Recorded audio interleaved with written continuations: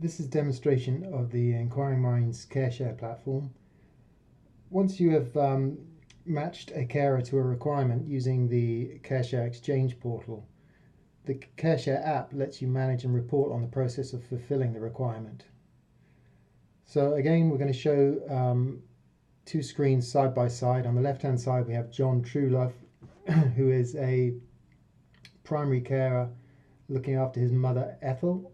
And on the right hand side we have Jack and Anne, who are neighbours who live close by to Ethel and have agreed to provide care for her.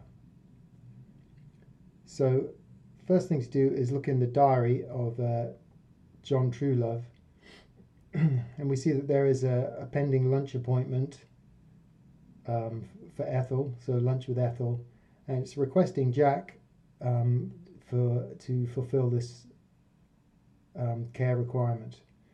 So similarly, when we look in Jack and Anne's diary, they have a similar screen, and that shows that they have been requested to fulfill this care requirement, and we can go ahead and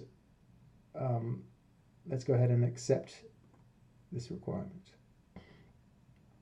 So the diary screen is updated to show the change in status of the requirement. It's now accepted, and we can now look at the most important screen in the careshare app, which is the care stream.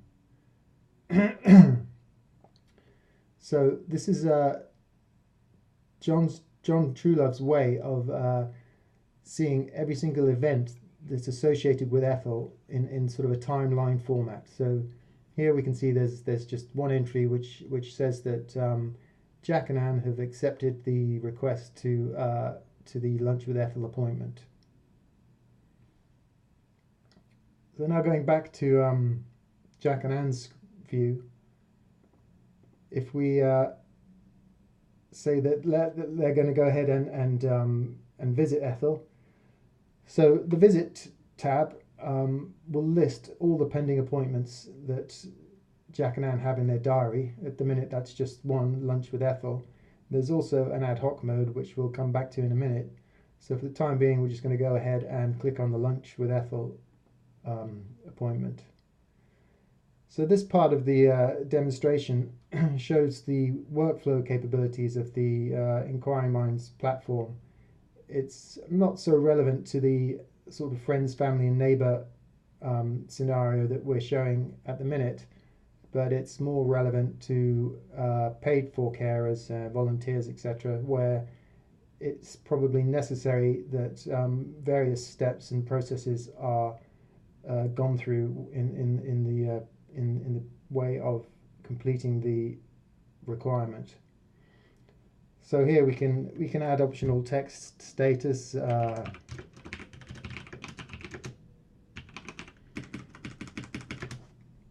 and every single update that we make is reflected in the care stream for in John's view. So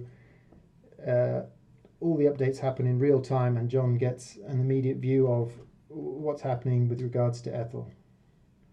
So we can just click through the workflow, and so that indicates that Jack or Anne have arrived at Ethel's for the lunch appointment. Now at this stage we can make any number of updates to the system as and when, depending on the task at hand. So let's say we did a bit of cleaning and maybe some laundry, and again these updates appear in the timeline and John gets a view of what's going on. We can also add any optional text here, so we could say washing machine appears to be leaking. We can flag that for attention, and then we can just go ahead and close the appointment once it's all finished. And we look in the diary, and the status change is reflected in the diary as well. So this appointment is now flagged as green and complete.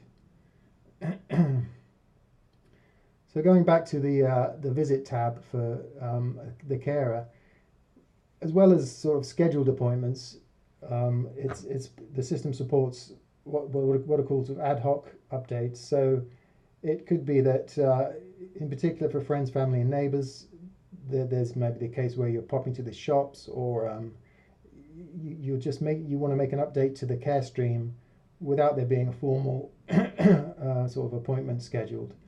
So that could be a phone call, or something,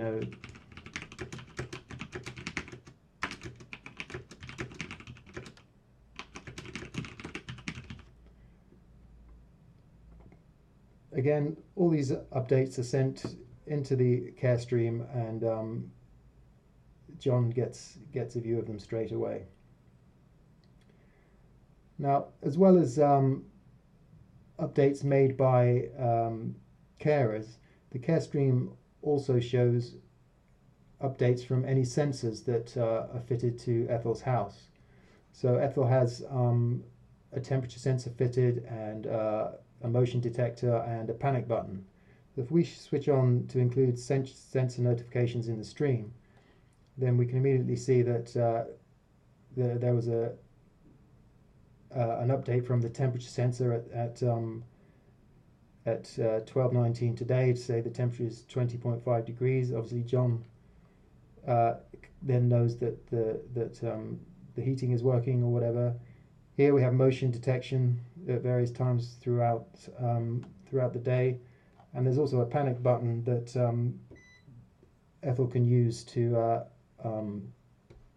signal that she needs assistance straight away. So that's the nquiringMinds careshare platform.